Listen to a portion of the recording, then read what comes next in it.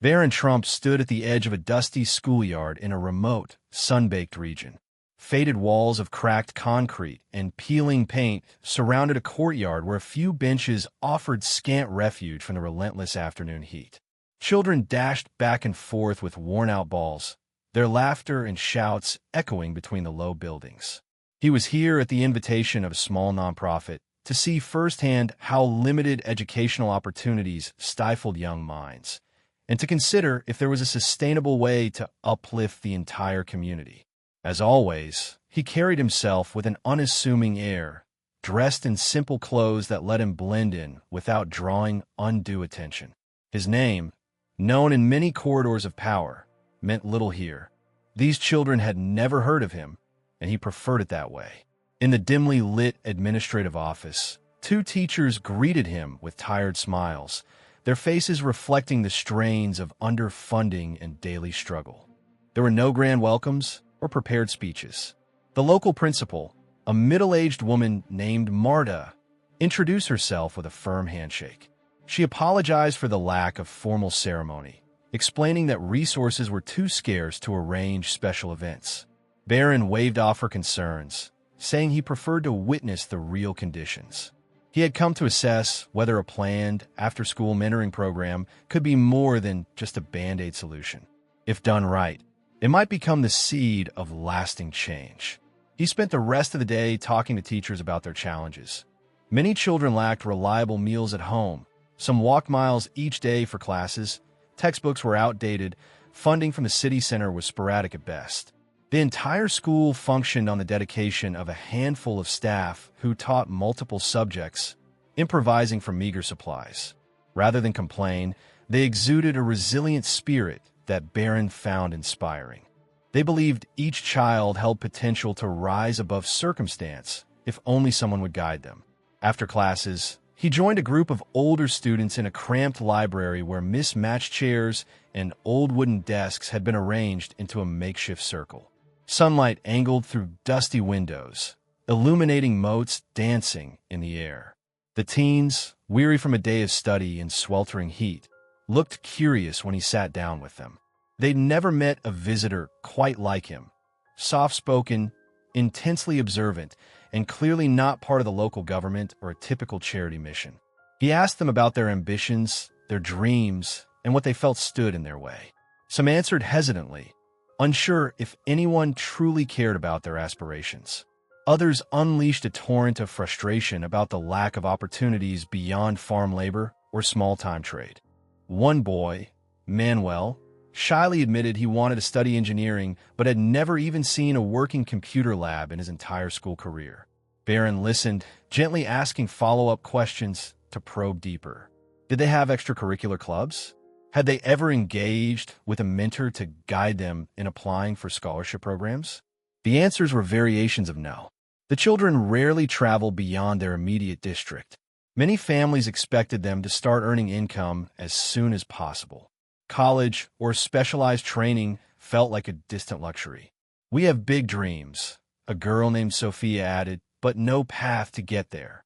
It dawned on Barron that this remote town exemplified the vacuum of guidance that so often traps entire generations in cyclical poverty.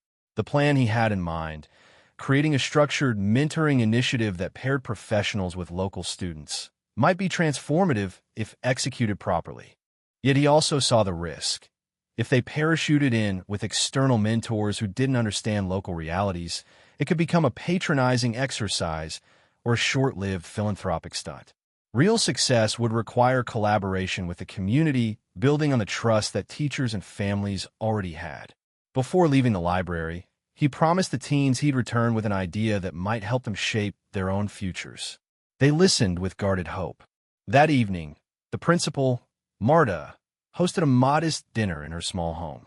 She insisted on sharing what limited provisions she had, offering a simple stew and fresh tortillas.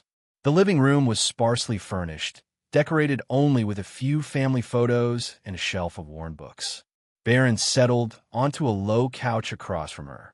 A single oscillating fan pushed hot air around the room. She spoke candidly about how the local government saw their region as a backwater, rarely investing in improvements. Outside NGOs sometimes arrived for a few weeks, snapped pictures, and left. Real, systematic help was rare. If Barron intended to create a mentoring program, she asked that he do so with the community's input from the start. He reassured her that his entire approach revolved around listening. The next step would be inviting local teachers, parents, a few businesses, and older students to a roundtable where they could collectively design the program. She seemed intrigued. Nonprofits rarely asked them to co-design solutions. As he left, he gave her a quiet smile, stating that he'd meet with city officials next, but wouldn't commit to anything without ensuring local ownership.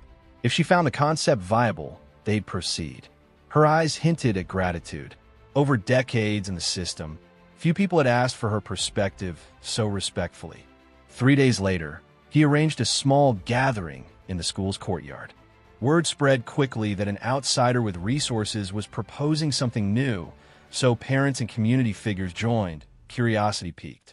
Barron began by sharing what he'd learned about successful mentoring initiatives elsewhere. Cases where professionals, local graduates, even retirees volunteered their expertise to guide students academically and professionally. But those were typically in bigger cities. The question was how to adapt the model to a rural environment with limited infrastructure. He invited anyone with suggestions to speak openly. At first, the group was tentative. Then, an older farmer mentioned that retired teachers in the region might help tutor students in reading and writing, bridging the literacy gap. A local shopkeeper suggested that visiting volunteers from the city could teach certain specialized skills if they established a rotating schedule. A parent argued that any program must include family involvement, so the mentoring wouldn't clash with children's daily responsibilities. Another mother insisted that if the teens had no access to the internet, mentors must provide materials or offline resources. Slowly, a plan emerged. A flexible network of mentors who would rotate through or connect via phone or community radio at scheduled times, combining external expertise with local knowledge. The school would serve as a central hub, but lessons would extend to fields, homes, and anywhere the children lived. Key to everything: building trust so families saw value in letting their children attend these sessions rather than push them prematurely into labor. Barron mostly listened, occasionally guiding the conversation to ensure no single voice dominated. He proposed that once they refined the blueprint, he'd bring the necessary resources, whether from modest stipends to retired teachers, transportation for volunteers, or basic hardware for a small digital resource center. Marta chimed in that the program also needed an advisory board made up of local community members who track progress, so it wouldn't rely solely on external funding. The more they talked, the more Barron saw synergy forming.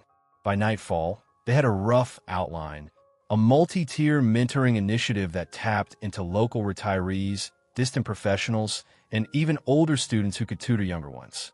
The meeting ended with a subdued optimism. They agreed to finalize details over the coming weeks. To gain official endorsement, Barron arranged to meet with the district's mayor. The meeting took place in a modest municipal office. The mayor, at first defensive and suspicious, worried about outside meddling. But Barron calmly explained that the program was community-led, and he only offered funding and structure. If the mayor wanted to be involved, great. If not, it would proceed as a private, locally managed endeavor anyway. That no-nonsense approach disarmed the official. Eventually, the mayor admitted that improving education might ease the region's long-term economic woes and raise his own political standing. So he signaled support, pledging to reduce bureaucratic hurdles. Barron left with the mayor's handshake, but didn't rely on him too heavily. Political winds could shift, whereas the community's commitment was more enduring.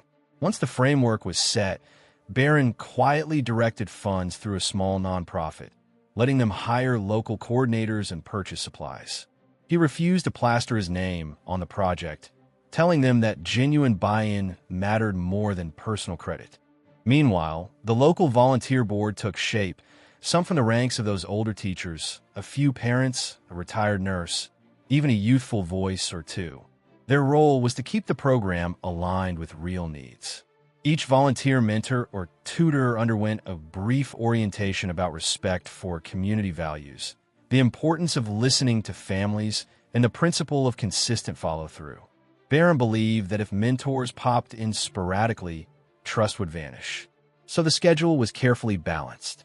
Even out-of-town volunteers had to commit to monthly visits or remote check-ins. The program's first phase launched quietly. A few pilot mentoring sessions in the school library each afternoon. Old blackboards were dragged in, battered desks rearranged for small group discussions. Some mentors specialized in math or science, others in reading comprehension.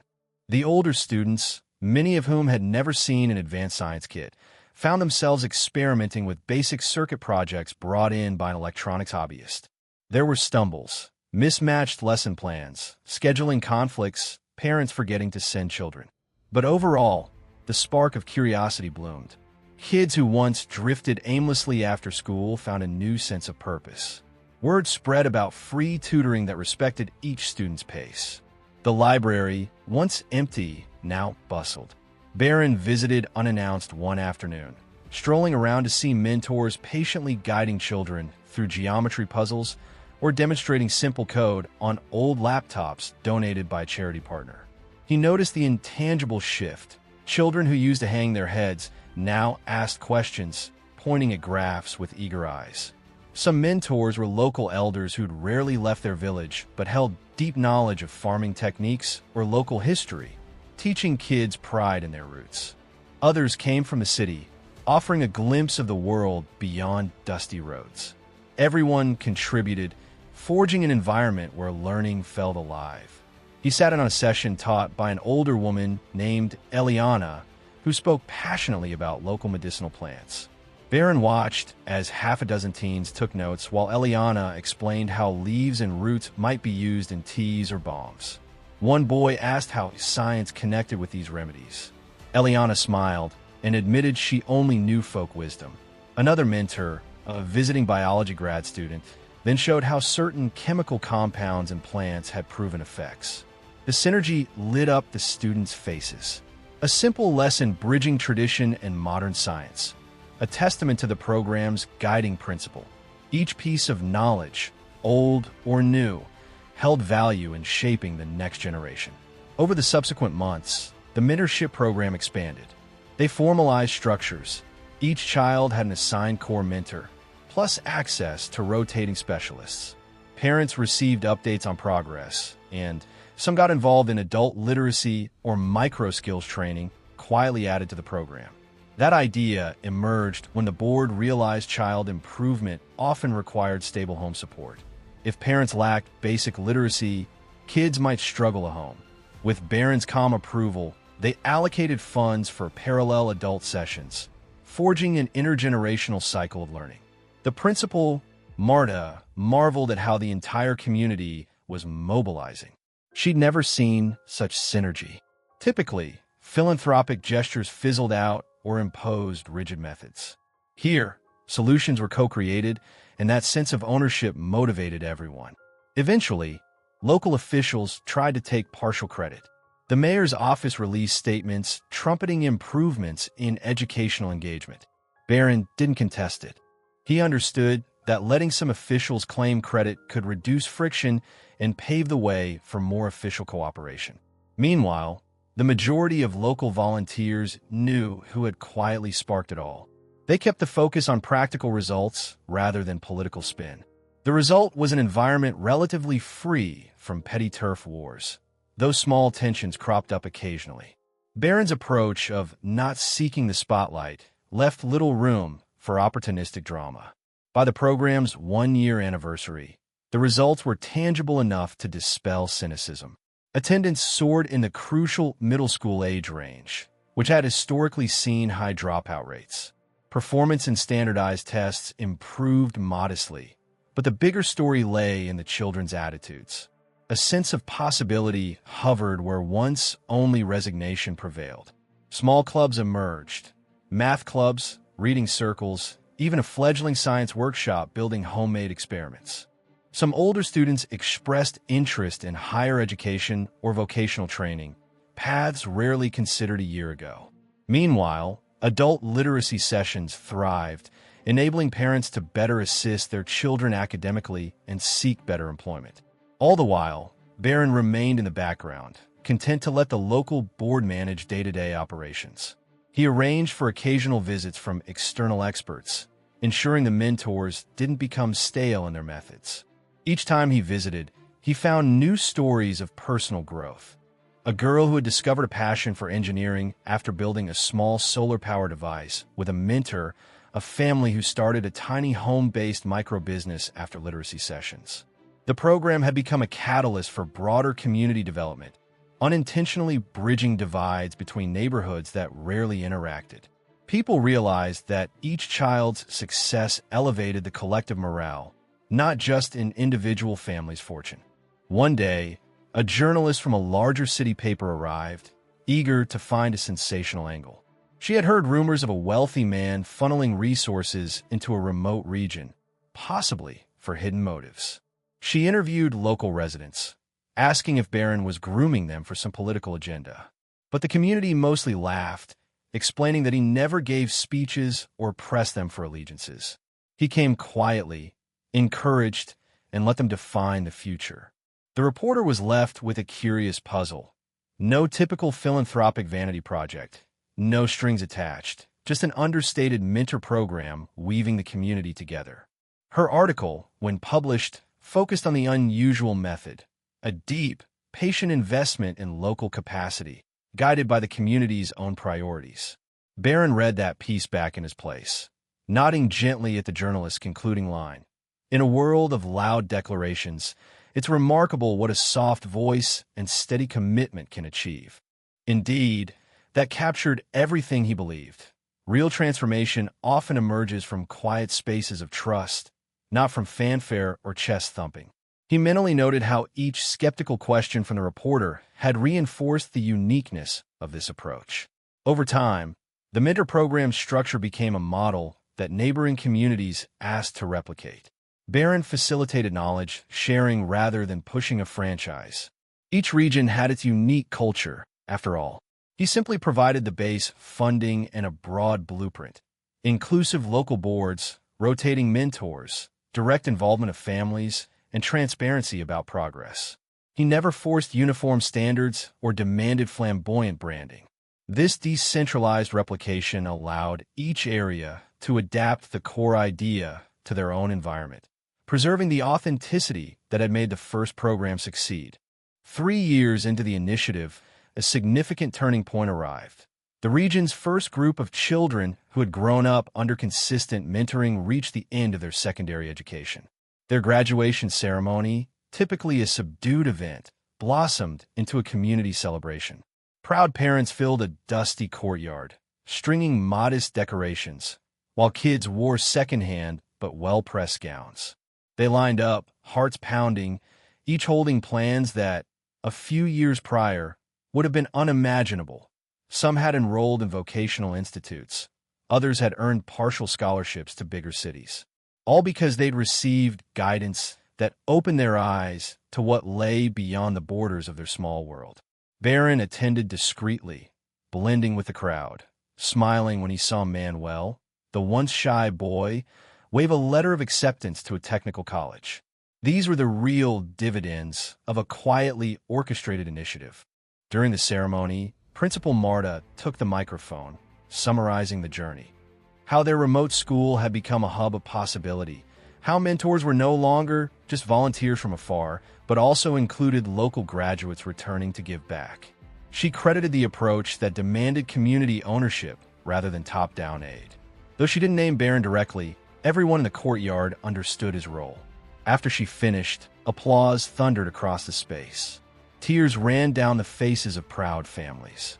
Some children, eyes shining with excitement, embraced mentors who had guided them through stumbling blocks in math or reading. Barron watched from beneath the shade of a crooked tree, deeply moved by the tangible difference. The applause was not for him, but for their collective triumph. Later that evening, while walking through the village, Barron passed groups of children still dressed in semi-formal clothes, celebrating their milestone. Parents greeted him shyly, thanking him for believing in them. He responded each time that they had done the real work, that all he had provided was structure and initial resources. Word of the graduation success began to spread, prompting inquiries from philanthropic circles about whether they could replicate the model in other remote regions. Some offered to pour in bigger sums of money. Barron, remembering how fragile local trust can be, advised caution. Massive external funding might distort local priorities. The synergy lay in measured investment, deep listening, and slow, deliberate growth. Many large donors found that too tedious, but a handful who understood the approach started partnering with him, forming a loose alliance of quiet philanthropists who preferred building from within a community's fabric rather than imposing from outside. In the months that followed, more expansions took hold. A small library acquired digital resources. Mentors introduced new tech-based learning, and a handful of local craftspeople began teaching kids traditional skills so they could mix heritage with modern knowledge. All the while, Barron's calm influence remained a constant. Teachers who had once burned out felt renewed by the sense of collective purpose. Parents overcame suspicion of outside meddling, seeing how the program answered real needs rather than fulfilling external agendas. Even local officials who initially dismissed it now boasted that their district had become a model for education-labor alignment. Visitors from other provinces arrived to see for themselves how an environment once riddled with underperformance had sprouted confidence. Some took pictures of the refurbished library, the new labs, the open-air meeting spaces where mentors and students engaged in lively conversations. Barron let them observe freely. If they asked him for interviews, he gave minimal statements, insisting they talk to the local board, whose vision truly shaped daily reality. That stance puzzled many because public figures often crave the spotlight. But Barron believed in the quiet multiplier effect. Letting people own their achievements fosters deeper, more permanent transformation. Eventually, a major news network approached, wanted to feature the program in a documentary about innovative educational models. The local committee debated at length whether widespread attention might bring more help or risk turning their project into a spectacle. In the end, they agreed to a careful portrayal that highlighted how collaborative methods beat top-down charity. Barron wasn't present for most of the filming, allowing the teachers, mentors, and students to narrate their experiences. The documentary, when it aired, opened many eyes across the country. Scenes showed a once-forgotten school brimming with purposeful activity, parents supporting children's academic forays, mentors balancing high-tech ideas with local traditions. Though it didn't mention Barron heavily, the underlying resource that enabled it all was his unwavering financial and strategic backing. In the final segment of the documentary, the camera followed a teenage girl named Sophia, one of the earliest mints, traveling to a regional science fair with a project about hybrid irrigation. She giggled nervously in front of the camera, explaining that she'd never dreamed of going to a fair, let alone presenting a project. Her exhibit ended up winning second place among entries from wealthier urban schools. She said on camera, voice trembling, "I owe this to the mentors who showed me I'm capable and to the community that believed in me. Now I want to come back and help others realize their potential too." The quiet echoes of that statement, broadcast on national TV, underscored the true power of an initiative that nurtured confidence, skill, and collective ownership. When Barron finally watched that documentary, tears almost pricked his eyes. He seldom grew emotional over philanthropic successes, but seeing the direct fruits of trust and collaboration confirmed everything he believed, that a softly guided approach could spark miracles in places the world had written off. He recalled how, in the earliest days, he'd walked through the dusty yard, hearing children's stifled hopes. Now, they were blossoming into active learners, future leaders. The voice of that once shy boy, Manuel, soared in his memory, recalling how mentors fueled his passion for engineering, igniting a dream that he carried forward. All around him, new chapters were being written, thanks to a simple combination: consistent resources, empathy, community input, and minimal ego at the helm. Over time, the model grew into a network of small but potent mentoring hubs scattered across nearby districts, each adapted to local conditions. Observers hailed it as a sustainable method for rural education revival, pointing out that the secret sauce lay in balancing external support with deep local agency. The majority of the local population no longer saw philanthropic ventures as fleeting handouts or PR stunts. They recognized the genuine partnership that had been forged.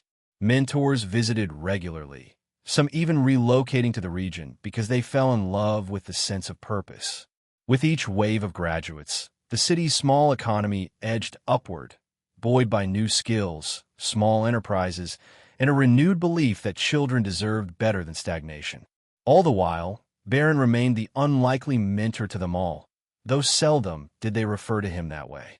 He rarely lectured or gave policy speeches. His mentoring manifested in strategic facilitation, in ensuring that whenever they faced a challenge, resources or expertise arrived in time to keep momentum. So many philanthropic endeavors flared up with publicity, then fizzled when the cameras left. This was different, incremental, grounded, and quietly unstoppable. Years later, if one traveled to that region, they'd see subtle signs of transformation. Bright murals near the school, depicting children chasing knowledge rather than empty survival. A modest local tech lab run by graduates turned volunteer teachers, bridging the digital divide. Adult literacy continuing to grow, leading to improved livelihoods for entire families. The mayor, who once eyed Barron's presence warily, now championed expansions of the program to neighboring towns, citing it as proof that direct community empowerment works. For Barron, who visited occasionally, the real reward lay in the intangible shift from despair to aspiration. Each new face he encountered had a spark of possibility.